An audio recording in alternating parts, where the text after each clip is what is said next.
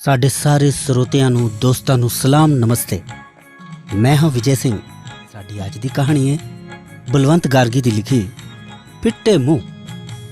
ਤੇ ਆਓ ਦੋਸਤੋ ਸੁਣਦੇ ਹਾਂ ਕਹਾਣੀ ਫਿੱਟੇ ਮੂੰਹ। ਜਦ ਮੈਨੂੰ ਕਿਤੇ ਸਰਕਾਰੀ ਨੌਕਰੀ ਨਾ ਮਿਲੀ, ਮੈਂ ਇੱਕ ਘਟੀਆ ਜਿਹੀ ਰੇਡੀਓ ਕੰਪਨੀ ਵਿੱਚ ਭਰਤੀ ਹੋ ਗਿਆ। ਮੇਰਾ ਕੰਮ ਕੰਪਨੀ ਲਈ ਮੰਡੀਆਂ ਵਿੱਚ ਆਰਡਰ ਬੁੱਕ ਕਰਨਾ ਸੀ। ਕੰਪਨੀ ਜਿਤਨੀ ਘਟੀਆ, ਕਮਿਸ਼ਨ ਉਤਨੀ ਜ਼ਿਆਦਾ। ਕਾਲਜ ਵਿੱਚ ਬੋਲਣ ਤੇ ਤਕਰੀਰਾਂ ਝਾੜਨ ਵਿੱਚ ਅਵਲ ਹੋਣ ਕਰਕੇ ਮੈਂ ਚਰਬ ਜ਼ਬਾਨ ਹਾਂ। ਮਿਰਚ ਮਸਾਲਾ ਲਾ ਕੇ ਮੈਨੂੰ ਗੱਲ ਕਰਨੀ ਆਉਂਦੀ ਹੈ। ਇਹ ਨੌਕਰੀ ਮੈਨੂੰ ਰਾਸ ਆ ਗਈ।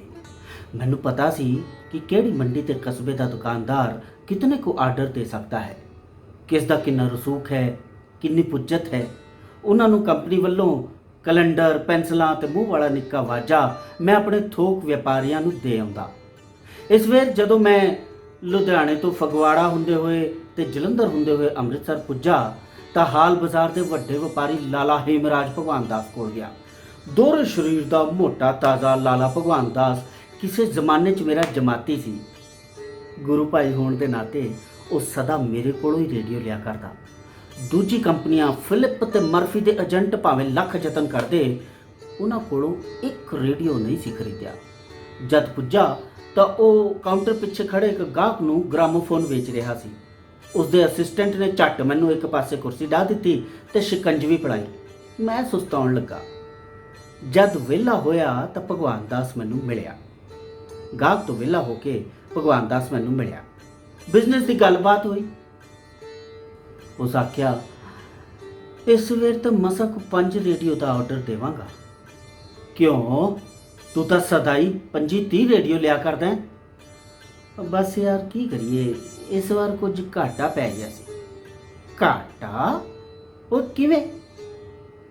ਮੈਂ ਸੋਚਿਆ ਸੱਟੇ ਵਿੱਚ ਹਾਰ ਬੈਠਾ ਹੋਣਾ। ਉਸ ਨੂੰ ਸੱਟੇ ਦਾ ਸ਼ੌਕ ਸੀ। ਪਿਛਲੇ ਦਿਨੀ ਕਣਕ ਦੇ ਭਾਅ ਚੜ ਗਏ ਸਨ। ਭਗਵਾਨ ਦਾਸ ਹਮੇਸ਼ਾ ਦਾ ਮੰਦੜੀਆ, ਬਸ ਇਸ 'ਚ 10-20 ਹਜ਼ਾਰ ਰੁਪਈਆ ਉੱਡ ਗਿਆ ਹੋਣਾ। ਇਹ ਸੋਚ ਕੇ ਮੈਂ ਆਖਿਆ, ਉਹ ਸੱਟੇ ਵਿੱਚ ਤਾਂ ਇਸੇ ਤਰ੍ਹਾਂ ਹੀ ਹੈ, ਕਦੇ ਘਾਟਾ ਕਦੇ ਵਾਧਾ। ਉਹ ਨਹੀਂ, ਸੱਟੇ ਵਿੱਚ ਨਹੀਂ, ਕੁਝ ਹੋਰ ਹੀ ਕੰਮ ਕਰ ਬੈਠੇ ਸਾਂ ਤੇ ਘਾਟਾ ਵੀ ਪੂਰੇ 50,000 ਦਾ। 50,000? ਉਹ ਜੀ ਹਕੀ ਖਰੀਦ ਬੈਠਾ ਸੈਂ। ਬਸ ਯਾਰ ਕੀ ਦਸੀਏ, ਇਸ ਵੇਰ ਕੁਝ ਇਸ਼ਕ ਕਰ ਬੈਠੇ ਸਾਂ। ਉਹ ਘਾਟਾ ਵੀ ਪੂਰੇ 50,000 ਦਾ। ਇਸ ਇਸ਼ਕ ਵਿੱਚ 50,000 ਦੇ ਬੈਠਾ। ਉਹ ਕਿਵੇਂ? ਤਾਂ ਉਸ ਮੈਨੂੰ ਇੱਕ ਗੱਲ ਸੁਣਾਈ। ਤੈਨੂੰ ਪਤਾ ਹੈ, ਅੰਮ੍ਰਿਤਸਰ ਵਿੱਚ ਮੇਰੀ ਦੁਕਾਨ ਬੜੀ ਚੱਲਦੀ ਹੈ। ਇਰਦ ਗਿਰਦ ਦੀਆਂ ਮੰਡੀਆਂ ਤੇ ਲਾਗੇ ਚਾਗੇ ਦੇ ਪਿੰਡਾਂ ਦੇ ਸਾਰੇ ਜੱਟ ਮੇਰੀ ਹੱਟੀ ਤੇ ਹੀ ਆਉਂਦੇ ਨੇ, ਚਾਹੇ ਕੱਪੜਾ ਲੈਣਾ ਹੋਵੇ ਚਾਹੇ ਰੇਡੀਓ। ਈਸ਼ਵਰ ਦੀ ਕਿਰਪਾ ਨਾਲ ਚੰਗੀ ਖੱਟੀ ਸੀ, ਨਾ ਕਿਸੇ ਗੱਲ ਦਾ ਕੋਈ ਫਿਕਰ ਨਹੀਂ ਸੀ। ਸਵੇਰੇ ਹੱਟੀ ਉੱਤੇ ਆ ਜਾਂਦਾ ਤੇ ਸ਼ਾਮ ਨੂੰ ਜਾਂਦਾ। ਜਿਸ ਕਿਸੇ ਨੇ ਮੈਨੂੰ ਮਿਲਣ ਆਉਣਾ ਹੁੰਦਾ ਉਹ ਵੀ ਹੱਟੀ ਤੇ ਹੀ ਆ ਜਾਂਦਾ। ਆਪਣਾ ਅੱਡਾ ਹੋਵੇ, ਅੱਡੇ ਵਰਗੀ ਕੋਈ ਰੀਸ ਨਹੀਂ।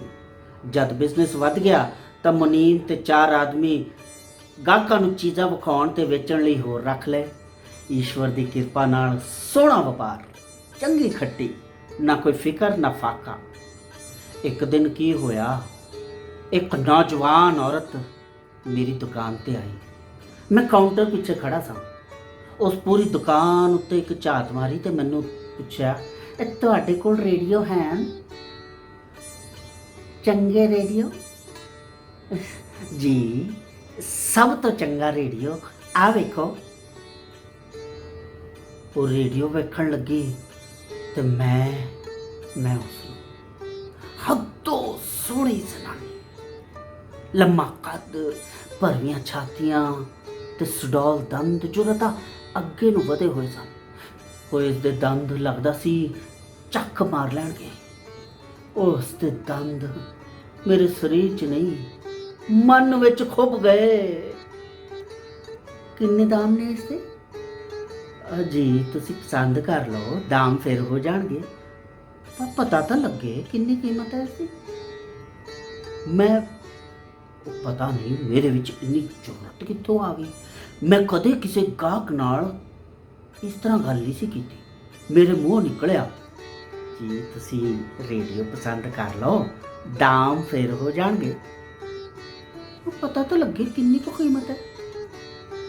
ਤੁਹਾਨੂੰ ਕਿੰਨੀ ਕੀਮਤ ਦੇ ਰੇਡੀਓ ਦੀ ਲੋੜ ਹੈ? 300 ਰੁਪਏ ਦੀ। ਉਸ ਰੇਡੀਓ ਦੀ ਕੀਮਤ 800 ਰੁਪਏ ਸੀ। ਮੈਂ ਉੱਤਰ ਦਿੱਤਾ, ਜੋ ਤੁਸੀਂ ਆਖੀ ਹੈ ਠੀਕ ਹੈ। ਮੇਰਾ ਖਿਆਲ ਹੈ ਉਸ ਇੱਕ ਪਾਸੇ ਚਿੱਟ ਉੱਤੇ ਕੀਮਤ ਤੇ ਦਾਮ ਪੜ੍ਹ ਲਏ ਸਨ, ਪਰ ਨਾ ਜਾਣੇ ਉਹ ਕਿਉਂ ਚੁੱਪ ਰਹੀ। ਤੁਹਾਡੇ ਬੰਗਲੇ ਉੱਤੇ ਮੇਰਾ ਆਦਮੀ ਛੱਡ ਆਵੇਗਾ। ਮਜੀਠ ਰੋਡ, ਅਮਰੂਦਾਂ ਦੇ ਬਾਗ ਪਿੱਛੇ ਗਲੀ ਵਿੱਚ 12 ਨੰਬਰ ਦੀ ਕੋਠੀ। ਦੁੱਗਲ ਸਾਹਿਬ ਨੂੰ ਪੁੱਛ ਲੈਣਾ, ਉਹ ਨਹਿਰ ਦੇ ਮਹਿਕਮੇ ਵਿੱਚ SDO ਹਨ। ਤੁਸੀਂ ਇੱਥੇ ਕਿੰਨੇ ਚਿਰ ਦੇ ਰਹਿੰਦੇ ਹੋ? ਨਹੀਂ, ਸਾਡੀ ਬਦਲੀ ਹੁਣੇ ਹੋਈ ਹੈ। ਪਿੱਛੋਂ ਅਸੀਂ ਫਿਰੋਜ਼ਪੁਰ ਦੇ ਹਾਂ। ਇੱਥੇ ਤਾਂ ਆਇਆ ਸਾਨੂੰ 1 ਮਹੀਨਾ ਹੀ ਹੋਇਆ ਹੈ ਜੇ। ਮੈਨੂੰ ਰੇਡੀਓ ਸੁਣਨ ਦਾ ਡਾਢਾ ਸ਼ੌਕ ਹੈ। ਉਹਨਾਂ ਨੂੰ ਤਾਂ ਸ਼ੌਕ ਨਹੀਂ, ਉਹ ਤਾਂ ਬਸ ਕਲੱਬ ਵਿੱਚ ਤਾਸ਼ ਖੇਡਣ ਵਿੱਚ ਹੀ ਰੁੱਝੇ ਰਹਿੰਦੇ ਨੇ। ਮੈਂ ਜੇ ਕਲੱਬ ਜਾਵਾਂ ਵੀ ਤਾਂ ਤਾਸ਼ ਤਾਂ ਉੱਕਾ ਹੀ ਨਹੀਂ ਖੇਡਦੀ, ਬਸ ਪਿੰਗ ਪੋਂਗ ਜਾਂ ਕੈਰਮ। ਉਹ ਰੇਡੀਓ ਸੁਣਦੇ ਵੀ ਹਨ ਤਾਂ ਬਸ ਖਬਰਾਂ। ਮੈਨੂੰ ਖਬਰਾਂ ਤੋਂ ਬੜੀ ਚਿੜ ਹੈ। ਫਿਲਮਾਂ ਦੇ ਗੀਤ, ਰੇਡੀਓ ਸੀਲੋਨ, ਕਿੰਨਾ ਸੁਆਦਲਾ ਪ੍ਰੋਗਰਾਮ ਹੈ। ਗੱਲ ਕੀ, ਮੈਂ ਰੇਡੀਓ ਉਹਨਾਂ ਦੀ ਕੋਠੀ ਪਹੁੰਚਾ ਦਿੱਤਾ। ਉਹ ਚਲੀ ਗਈ ਤੇ ਮੈਂ ਉਸ ਦੀਆਂ ਗੱਲਾਂ, ਉਸ ਦੇ ਹਾਸੇ, ਉਸ ਦੇ ਕੱਦ ਕਾਠ, ਉਸ ਦੇ ਜਿਸਮ ਵਿੱਚੋਂ ਝਲਕਦੀ ਜਵਾਨੀ ਤੇ ਅੰਗ ਅੰਗ ਵਿੱਚੋਂ ਡੁੱਲਦੇ ਵੇਗ ਬਾਰੇ ਸੋਚਦਾ ਰਿਹਾ। ਅਜਿਹੀਆਂ ਗੱਲਾਂ ਮੈਂ ਕਹਾਣੀਆਂ ਤੇ ਨੋਵਲਾਂ ਵਿੱਚ ਪੜ੍ਹੀਆਂ ਸਨ, ਪਰ ਕਦੇ ਯਕੀਨ ਨਹੀਂ ਸੀ ਕੀਤਾ। ਆਪਣੀ ਜ਼ਿੰਦਗੀ ਵੱਲ ਤੱਕਿਆ। ਸ਼ਾਦੀ ਕੀਤਿਆਂ 15 ਵਰ੍ਹੇ ਹੋ ਚੁੱਕੇ ਸਨ। ਅਧਖੜ ਮੱਝ ਵਰਗੀ ਜਨਾਨੀ, ਜਿਸ ਹੁਣ ਤੱਕ 5 ਧੀਆਂ ਪੁੱਤ ਜੰਮ ਦਿੱਤੇ ਸਨ। ਇਸ਼ਕ ਕੀ ਹੁੰਦਾ ਹੈ? ਪਿਆਰ ਕੀ ਹੁੰਦਾ ਹੈ? ਮੁਹੱਬਤ ਕਿਸ ਚਿੜੀ ਦਾ ਨਾਂ ਹੈ? ਸੁੰਦਰਤਾ ਕੀ ਹੁੰਦੀ ਹੈ? ਇਸ ਗੱਲ ਦਾ ਚੇਤਾ ਵੀ ਨਹੀਂ ਸੀ। ਸਵੇਰੇ ਹੱਟੀ ਉੱਤੇ ਆ ਜਾਂਦਾ, ਤਰਕਾਲੀ ਜਾਂਦਾ। ਬਸ ਰੁਪਈਆ ਕਮਾਉਣਾ, ਮੁੰਡਿਆਂ ਕੁੜੀਆਂ ਨੂੰ ਪੜ੍ਹਾਉਣਾ ਤੇ ਕਬੀਲਦਾਰੀ ਚ ਲਾਉਣਾ। ਵੱਧ ਤੋਂ ਵੱਧ ਕੁਝ ਕਮਾ ਕੇ ਇੱਕ ਟੁਕੜਾ ਬਾਗ ਦਾ ਲੈ ਲਿਆ ਸੀ। ਇਸ ਤੋਂ ਵੱਧ ਹੋਰ ਕੀ ਖਾਹਿਸ਼ ਸੀ ਮੇਰੀ। ਇਸ ਟੀਵੀ ਨੂੰ ਵੇਖ ਕੇ ਮੈਂ ਆਪਣੇ ਆਪ ਨੂੰ ਆਖਿਆ, ਫਿੱਟੇ ਮੂੰਹ ਭਗਵਾਨ ਦਾਸਾ, ਓਏ ਤੇਰੀ ਵੀ ਕੋਈ ਜੂਨ ਹੈ? ਸਾਰੀ ਉਮਰ ਇੱਕ ਮੱਝ ਨਾਲ ਗੁਜ਼ਾਰ ਦਿੱਤੀ। ਟੀਵੀ ਹੋਵੇ ਤਾਂ ਇਸ ਨਾਰ ਵਰਗੀ। ਆਪਣੇ ਆਪ ਉੱਤੇ ਲਾਹਨਤ ਪਾਈ। ਪੂਰੀ ਜ਼ਿੰਦਗੀ ਫਿੱਕੀ ਤੇ ਬੇਰਸ ਜਾਪਣ ਲੱਗੀ। ਉਹ ਆਪਣੇ ਅੰਦਰ ਇੱਕ ਵੱਡਾ ਖੱਪਾ ਮਹਿਸੂਸ ਕਰਨ ਲੱਗਾ। ਮੈਂ ਆਪਣੇ ਆਪ ਨੂੰ ਆਖਿਆ, ਚਾਹੇ ਜੋ ਹੋ ਜਾਵੇ, ਇਸ ਔਰਤ ਨੂੰ ਜ਼ਰੂਰ ਹਾਸਲ ਕਰਾਂਗਾ। ਨਹੀਂ ਤੇ ਫਿੱਟੇ ਮੂੰਹ ਭਗਵਾਨ ਦਾਸਾ, ਉਹ ਲੱਖ ਲਾਹਨਤਾਂ ਤੇਰੀ ਜ਼ਿੰਦਗੀ ਤੇ, ਤੇਰੀ ਕਮਾਈ ਤੇ। ਸ਼ੀਸ਼ੇ ਵਿੱਚ ਆਪਣਾ ਮੂੰਹ ਤੱਕਿਆ। ਕੰਨਾਂ ਪਿੱਛੇ ਵਾਲਾਂ ਉੱਤੇ ਚਿੱਟੀਆਂ ਧਾਰੀਆਂ ਸਨ। ਚਿੱਟੀਆਂ ਧਾਰੀਆਂ। ਸਿਰ ਦੇ ਵਿਚਕਾਰ ਐਨ ਟੋਟਣੇ ਉੱਪਰ ਵਾਲ ਇਉਂ ਸਨ ਜਿਉਂ ਚੂਪੇ ਹੋਏ ਅੰਬ ਦੀ ਗੁਠਲੀ। ਕਦੇ ਵਾਲਾਂ ਵਿੱਚ ਤੇਲ ਹੀ ਨਹੀਂ ਸੀ ਲਾਇਆ। ਦੂਜੇ ਦਿਨ ਹੀ ਬਾਜ਼ਾਰ ਗਿਆ। ਖੁਸ਼ਬੂਦਾਰ ਫਸਟ ਕਲਾਸ ਆਂਵਲੇ ਦਾ ਤੇਲ ਖਰੀਦਿਆ। 3 ਨਵੇਂ ਸੂਟ ਸਵਾਏ। ਕਾਲਜ ਪਿੱਛੋਂ ਨੱਕ ਟਾਈ ਲਾਉਣਾ ਛੱਡ ਹੀ ਗਿਆ ਸੀ। ਬਸ ਕਦੇ ਕਿਸੇ ਅਫਸਰ ਕੋਲ ਜਾਣਾ ਹੁੰਦਾ ਜਾਂ ਅਦਾਲਤ ਵਿੱਚ ਗਵਾਹੀ ਦੇਣੀ ਹੁੰਦੀ ਤਾਂ ਹੀ ਨੱਕ ਟਾਈ ਲਾਉਂਦਾ। ਹੁਣ ਪੂਰੇ ਲਿਬਾਸ ਲਈ ਫਿਰ ਜੀ ਮੱਚਲ ਉੱਠਿਆ। ਕੰਪਨੀ ਬਾਗ ਦਾ ਕਲੱਬ, ਜਿੱਥੇ ਉਸਦਾ ਪਤੀ ਮੈਂਬਰ ਸੀ, ਮੈਂ ਵੀ ਮੈਂਬਰ ਬਣ ਗਿਆ। ਨਵੀਂ ਮੋਟਰ ਕਾਰ ਖਰੀਦੀ, 23,000 ਦੀ, ਵੱਡੀ ਲੰਮੀ ਅਮਰੀਕਨ ਸ਼ੈਵਰਲੈਟ, ਤੇ ਨਿੱਤ ਸ਼ਾਮੀ 6 ਵਜੇ ਕਲੱਬ ਜਾਣ ਲੱਗ ਗਿਆ। ਔਰ ਤੈਨੂੰ ਪਤਾ ਹੈ, ਮੈਂ ਤਾਂ FA ਫੇਲ ਹੋ ਕੇ ਹੀ ਹੱਟੀ ਤੇ ਆ ਬੈਠਾ ਸਾਂ। ਕਲੱਬ ਵਿੱਚ ਵੱਡੇ ਆਦਮੀਆਂ ਨਾਲ ਮਿਲਣ ਗਿਲਣ ਦਾ ਮੈਨੂੰ ਬਹੁਤਾ ਚੱਜ ਨਹੀਂ, ਪਰ ਜੀ ਰੁਪਈਆ ਸਭ ਚੱਜ ਸਿਖਾ ਦਿੰਦਾ ਹੈ। ਮੈਂ ਤਾਸ਼ ਖੇਡਦਾ ਤਾਂ ਜੋ ਉਸਦੇ ਪਤੀ ਦੇ ਨੇੜੇ ਹੋ ਸਕਾਂ। ਜੇ 10-20 ਰੁਪਈਏ ਹਾਰ ਵੀ ਜਾਂਦਾ ਤਾਂ ਮੱਥੇ ਵੱਟ ਨਾ ਪਾਉਂਦਾ। 10-20 ਰੁਪਈਏ ਦੀ ਗੱਲ ਨਹੀਂ ਕੀ ਸੀ, ਹੈਂ, ਹੱਥ ਦੀ ਮੈਲ। ਉਸਦਾ ਪਤੀ ਮਿਸਟਰ ਦੁੱਗਲ ਸੋਹਣਾ ਜਵਾਨ ਸੀ। ਮੈਂ ਤਾਂ ਉਸਦੇ ਅੱਗੇ ਬਾਂਦਰ ਹੀ ਲੱਗਦਾ ਸਾਂ। ਮੇਰੇ ਤਾਂ ਟੋਟਣੇ ਉੱਤੇ ਵੀ ਨਿੱਕਾ ਜਿਹਾ ਗੰਜ ਹੈ। 15 ਸਾਲ ਕਦੇ ਮੂੰਹ ਮੱਥੇ ਵੱਲ ਖਿਆਲ ਹੀ ਨਹੀਂ ਸੀ ਕੀਤਾ। ਮੈਨੂੰ ਖਾਮੋਸ਼ ਵੇਖ ਕੇ ਮਿਸਟਰ ਦੁੱਗਲ ਆਖਦਾ, ਓ ਲਾਲਾ ਜੀ ਤੁਸੀਂ ਬੜੇ ਚੁੱਪਚਾਪ ਹੋ, ਕਲੱਬ ਤਾਂ ਹਾਸੇ ਖੇਡੇ ਦੀ ਥਾਂ ਹੈ।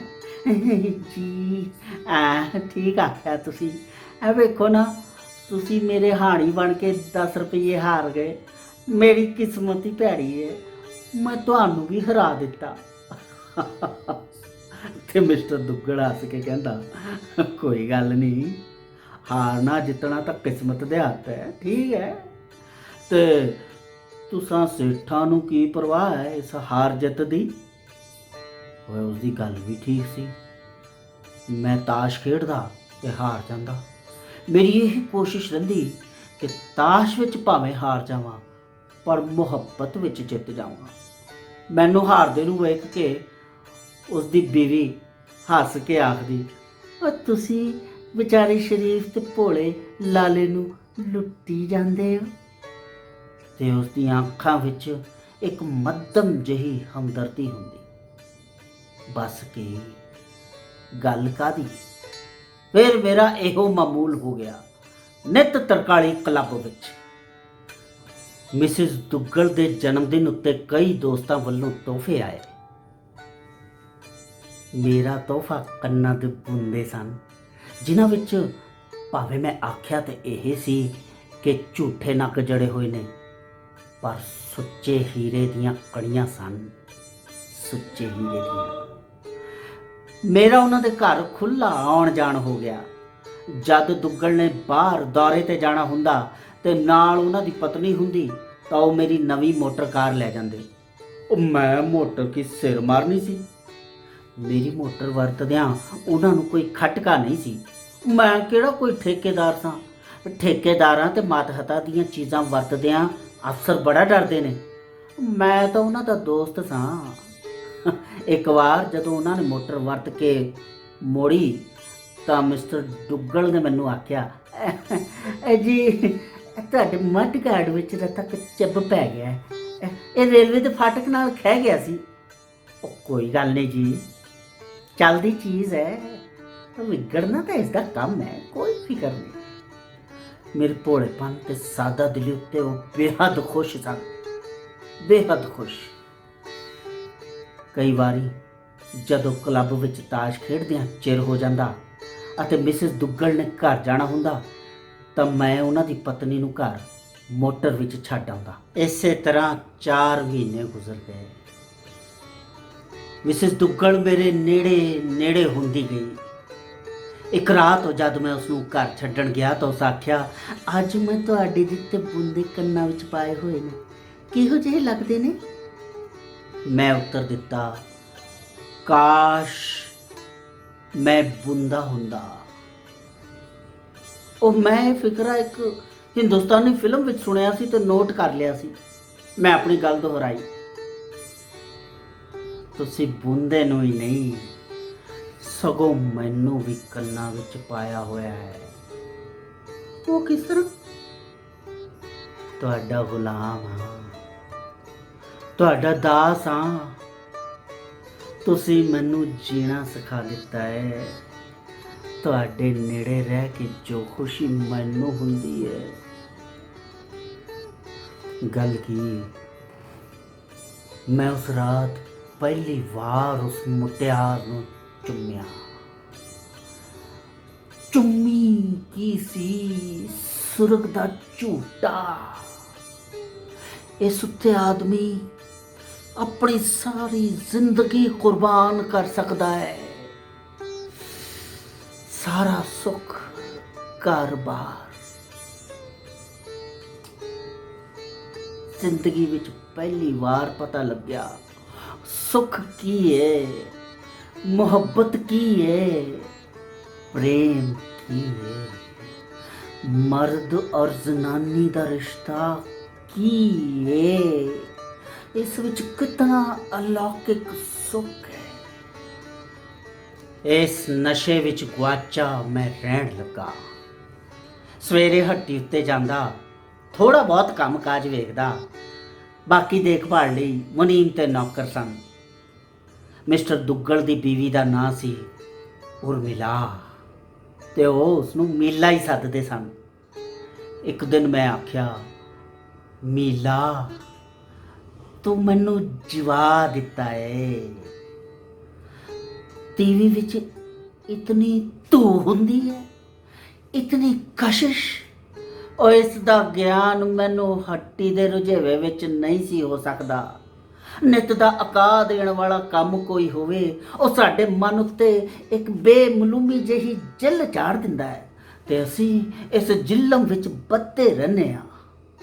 ਲਓ ਜੀ, ਪਹਿਲੀ ਵਾਰ ਜ਼ਿੰਦਗੀ ਦਾ ਸਵਾਦ ਆਇਆ।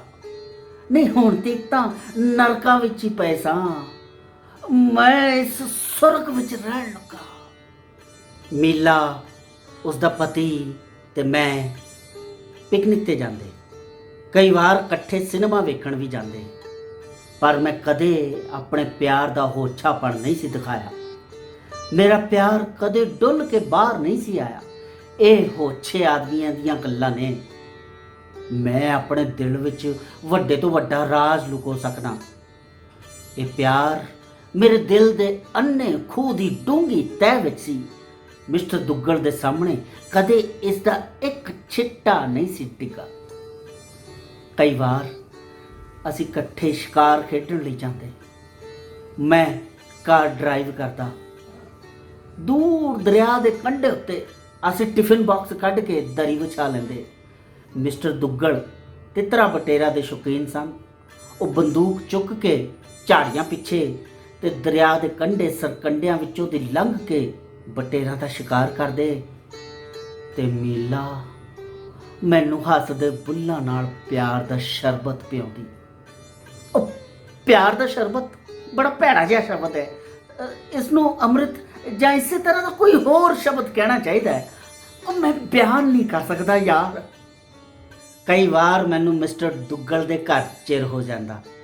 ਮਿਸਿਸ ਦੁੱਗਲ ਆਪਣੇ ਪਤੀ ਨੂੰ ਆਖਦੀ, ਇਹ ਲਾਲਾ ਭਗਵਾਨ ਦਾਸ ਬੜੇ ਚੰਗੇ ਦਿਲ ਦਾ ਆਦਮੀ ਹੈ।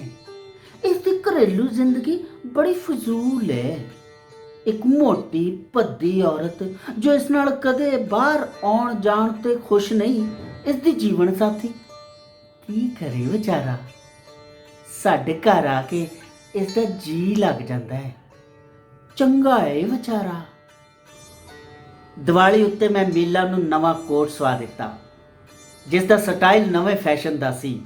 ਗੂੜੇ ਗੁਲਾਬੀ ਰੰਗ ਦਾ ਕੋਟ, ਸਰਦੀਆਂ ਦਾ ਤੋਹਫਾ। ਉਹ ਪਹਿਨ ਕੇ ਸ਼ੀਸ਼ੇ ਅੱਗੇ ਖੜੀ ਵੇਖਦੀ ਰਹੀ। ਫਿਰ ਉਸਨੇ ਮੁੜ ਕੇ ਵੇਖਿਆ, ਫਿਰ ਪਿੱਛੇ ਭੌਂ ਕੇ, ਤੇ ਉਸ ਦੀਆਂ ਅੱਖਾਂ ਵਿੱਚ ਸ਼ੁਕਰੀਆ ਸੀ। ਉਸ ਮੈਨੂੰ ਤੱਕਿਆ। ਉਸ ਦੀ ਇਹ ਤੱਕਣੀ ਮੈਨੂੰ ਡਸ ਲੈਂਦੀ। ਮੈਂ ਨਿਸੱਲ ਹੋ ਜਾਂਦਾ। ਇੱਕ ਨਸ਼ਾ ਜਿਸ ਦਾ ਨੀਲੇ ਜ਼ਹਿਰ ਵਰਗਾ ਅਸਰ ਸੀ ਮੇਰੇ ਉੱਤੇ ਧੂੜਿਆ ਜਾਂਦਾ। ਆਪਣੇ ਅੰਦਰ ਉੱਲਰ ਰਹੀ ਖਾਹਿਸ਼ ਨੂੰ ਮੈਂ ਮਸਾਂ ਰੋਕਦਾ। ਸ਼ੁਕਰੀਆ। ਉਸ ਫਿਰ ਮੇਰੇ ਵੱਲ ਉਸੇ ਪਿਆਰ ਨਾਲ ਤੱਕਿਆ ਤੇ ਆਪਣੇ ਪਤੀ ਨਾਲ ਚਲੀ ਗਈ। ਜਦ ਮੈਂ ਹੱਟੀ ਉੱਤੇ ਮੁੜ ਆਇਆ ਤਾਂ ਮੇਰੇ ਮੁਨੀਮ ਨੇ ਮੈਨੂੰ ਆਖਿਆ, ਉਹ Lala ji, fancy tailoring house ਵੱਲੋਂ ਤੁਹਾਡਾ 200 ਰੁਪਏ ਦਾ ਚੈੱਕ ਮੁੜ ਆਇਆ ਹੈ। ਕਿਉਂ? ਬੈਂਕ ਵਿੱਚ ਰੁਪਏ ਨਹੀਂ ਸਨ, ਇਸ ਲਈ। ਕੀ? ਹਾਂ। ਫਿਰ ਉਸ ਮੇਰੇ ਵੱਲ ਤੱਕਿਆ ਤੇ ਆਖਿਆ, ਉਹ ਲਾਲਾ ਜੀ, ਤੁਸੀਂ ਮੇਰੇ ਕੋਲੋਂ ਤਾਂ ਪੁੱਛ ਲੈਣਾ ਸੀ ਇੱਕ ਵਾਰ। ਬੈਂਕ ਵਿੱਚੋਂ ਤਾਂ ਪਹਿਲਾਂ ਹੀ ਤੁਸੀਂ 2000 ਰੁਪਏ ਵਧੇਰੇ ਕਢਾ ਚੁੱਕੇ ਹੋ। ਇਹ ਸੁਣ ਕੇ ਮੇਰੇ ਪੈਰਾਂ ਹੇਠੋਂ ਧਰਤੀ ਖਿਸਕ ਗਈ। ਧਰਤੀ ਤੇ ਆਪੇ ਖਿਸਕਣੀ ਹੋਈ। ਇੱਕ ਵਪਾਰੀ ਦੀ ਸਾਰੀ ਧਰਤੀ ਹੈ ਹੀ ਰੁਪਈਆ। ਇਸੇ ਧਰਤੀ ਉੱਤੇ ਮੈਂ ਖੜਾ ਸਾਂ। ਚੈੱਕ ਦੇ ਮੋੜ ਆਉਣ ਨਾਲ ਮੇਰਾ ਸਾਰਾ ਵਜੂਦ ਹਲੂਣਿਆ ਗਿਆ। ਮੈਂ ਮੀਲਾ ਦੇ ਇਸ਼ਕ ਵਿੱਚ ਘੱਟ ਹੀ ਦੁਕਾਨ ਤੇ ਆਉਂਦਾ ਸੀ। ਮੇਰੇ ਮੁਨੀਬ ਇਮਾਨਦਾਰ ਸਨ, ਪਰ ਜੀ ਇਹ ਇਮਾਨਦਾਰੀ ਵੀ ਤਦੇ ਰਹਿੰਦੀ ਹੈ ਜਦ ਤੱਕ ਉਹ ਮਾਲਕ ਦੀ ਅੱਖ ਹੇਠ ਰਹਿਣ। ਮੈਂ ਦੁਕਾਨਦਾਰ ਸਾਂ, ਮੇਰਾ ਕੌਣ ਸੀ ਜੋ ਕਮਾ ਕੇ ਖਵਾਉਂਦਾ ਇਸ ਤਰ੍ਹਾਂ। ਨਤੀਜਾ ਇਹ ਹੋਇਆ ਕਿ ਦੁਕਾਨ ਉੱਤੇ ਕੋਈ ਥਾਂ ਹੀ ਨਾ ਰਿਹਾ। ਉਹ ਚੀਜ਼ ਕਿੰਨੀ ਆਈ, ਕਿੰਨੀ ਗਈ, ਲਾਗਤ ਕਿੰਨੀ ਸੀ ਤੇ ਵਟਕ ਕਿੰਨੀ, ਉਹਨਾਂ ਸਵਾਹ ਖਿਆਲ ਰੱਖਣਾ ਸੀ। ਹੌਲੀ ਹੌਲੀ ਰੁਪਈਆ ਖੁਰ ਗਿਆ। ਦੁਕਾਨ ਅੰਦਰੋਂ ਅੰਦਰੋਂ ਪੋਲੀ ਹੋ ਗਈ। ਮੈਂ ਰਜਿਸਟਰ ਦੇਖੇ, ਵਹੀਆਂ ਦੇਖੀਆਂ। ਖਾਤਾ ਰੋਕੜ ਨਾਲ ਨਹੀਂ ਸੀ ਮਿਲਦਾ ਤੇ ਰੋਕੜ 1000 ਮਾਲ ਨਾਲ। ਗੱਲ ਕੀ, ਸਾਰੀ ਦੁਕਾਨ ਚੌੜ ਹੋ ਗਈ। ਉੱਪਰੋਂ ਹੇਠੋਂ ਉਹ ਪੂਰੇ 50,000 ਹੁੰਜੇ ਗਏ ਸਨ ਇਸ ਇਸ਼ਕ ਵਿੱਚ। ਉਹ ਇੱਕ ਬਿਜ਼ਨਸਮੈਨ ਦੀ ਤਾਂ ਸਾਰੀ ਸਾਖ ਹੀ ਬਿਜ਼ਨਸ ਹੈ। ਸਾਰੀ ਪੜਤ, ਸਾਰੀ ਇੱਜ਼ਤ, ਸਾਰੀ ਦੁਨੀਆ ਇਹੋ ਹੱਟੀ ਹੈ। ਮੈਂ ਦਿਲ ਵਿੱਚ ਆਖਿਆ, ਫਿੱਟੇ ਮੂੰਹ ਭਗਵਾਨ ਦਾ ਸਾਥ ਤੇਰੇ। ਓਏ ਇੱਕ ਤੀਵੀਂ ਖਾਤਰ ਆਪਣੇ ਆਪ ਨੂੰ ਉਜਾੜ ਲਿਆ ਸਹੁਰਿਆ। ਝੁੱਗਾ ਚੌੜ, ਨਾ ਅੱਗਾ ਵੇਖਿਆ ਨਾ ਪਿੱਛਾ। ਘਰ ਵਿੱਚ ਤੇਰੀ ਤੀਵੀਂ ਰੁਲ ਗਈ, ਬੱਚਿਆਂ ਦਾ ਤੈਨੂੰ ਖਿਆਲ ਨਾ ਰਿਹਾ। ਹੋਰ ਤੇ ਹੋਰ ਹੱਟੀ ਵੀ ਸਾਰੀ ਦੀ ਸਾਰੀ ਰੋੜ ਦਿੱਤੀ। ਓਏ ਇੱਕ ਹੱਡ ਮਾਸ ਦੀ ਗੁੱਡੀ ਪਿੱਛੇ ਆਪਣਾ ਜੀਵਨ ਖਰਾਬ ਕਰ ਲਿਆ, ਜਨਮ ਭ੍ਰਿਸ਼ਟ ਕਰ ਲਿਆ, ਇੱਜ਼ਤ 2 ਕੌਡੀ ਦੀ ਕਰ ਲਈ ਹੈ। ਇਹ ਸਭ ਕੁਝ ਇੱਕ ਤੀਵੀਂ ਖਾਤਰ। ਫਿੱਟੇ ਮੂੰਹ ਤੇਰੇ ਭਗਵਾਨ ਦਾ ਸਾ ਹੈ। ਬਸ ਮੈਂ ਆਪਣੇ ਆਪ ਤੇ ਲਾਹਨਤ ਪਾਈ। ਫਿਰ ਵੀ ਜੇ ਸਵੇਰ ਦਾ ਭੁੱਲਿਆ ਸਾਂਝ ਨੂੰ ਘਰ ਆ ਵੜੇ ਤਾਂ ਕੁਝ ਨਾ ਵਿਗੜਿਆ ਸਮਝੋ। ਵੇਲੇ ਸਿਰ ਹੋਸ਼ ਆ ਗਈ। ਮੈਂ ਆਪਣਾ ਕੰਮ ਸੰਭਾਲ ਲਿਆ, ਲੇਖਾ ਜੋੜਿਆ, ਚੀਜ਼ਾਂ ਦਾ ਹਿਸਾਬ ਕੀਤਾ, ਆਏ ਗਏ ਦੀ ਪੜਤਾਲ ਕੀਤੀ ਤੇ ਦੂਜੇ ਦਿਨ ਸਵੇਰੇ ਆ ਕੇ ਆਪ ਹੱਟੀ ਉੱਤੇ ਬੈਠਾ। ਹੁਣ ਪਿਛਲੇ 1 ਮਹੀਨੇ ਤੋਂ ਮੈਂ ਕੰਮ ਨੂੰ ਸੰਭਾਲਿਆ ਹੈ। ਕਿਸਮਤ ਚੰਗੀ, ਲੱਖ ਜਾਏ ਪਰ ਸਾਖ ਨਾ ਜਾਏ। ਮੇਰੀ ਸਾਖ ਹੁਣ ਤੇ ਕਾਇਮ ਹੈ। ਬਸ ਹੁਣ 2-4 ਮਹੀਨਿਆਂ ਵਿੱਚ ਵਪਾਰ ਠੀਕ ਕਰ ਲਵਾਂਗਾ। ਇਸੇ ਕਰਕੇ ਇਸ ਵਾਰ ਤੈਨੂੰ ਆਰਡਰ ਘੱਟ ਦਿੱਤਾ ਹੈ, ਸਿਰਫ 5 ਰੇਡੀਓ। ਪਰ ਅਗਲੀ ਵਾਰ ਜਦ ਫੇਰਾ ਮਾਰੇਗਾ ਤਾਂ ਆਸ ਹੈ ਪਹਿਲਾਂ ਵਾਂਗ 20 ਰੇਡੀਓ ਦਾ ਆਰਡਰ ਦੇਵਾਂਗਾ। ਇਹ ਆਖ ਕੇ ਭਗਵਾਨ ਦਾਸ ਰੇਡੀਓ ਕੰਪਨੀ ਦੇ ਫਾਰਮ ਉੱਤੇ ਦਸਖਤ ਕਰਨ ਲੱਗਾ। ਮੈਂ ਫਾਰਮ ਮੋੜ ਕੇ ਜੇਬ ਵਿੱਚ ਪਾ ਕੇ ਉਸ ਨਾਲ ਹੱਥ ਮਿਲਾਇਆ ਤੇ ਦਿਲ ਹੀ ਦਿਲ ਆਖਿਆ, ਫਿੱਟੇ ਮੂੰਹ ਭਗਵਾਨ ਦਾ ਸਾ।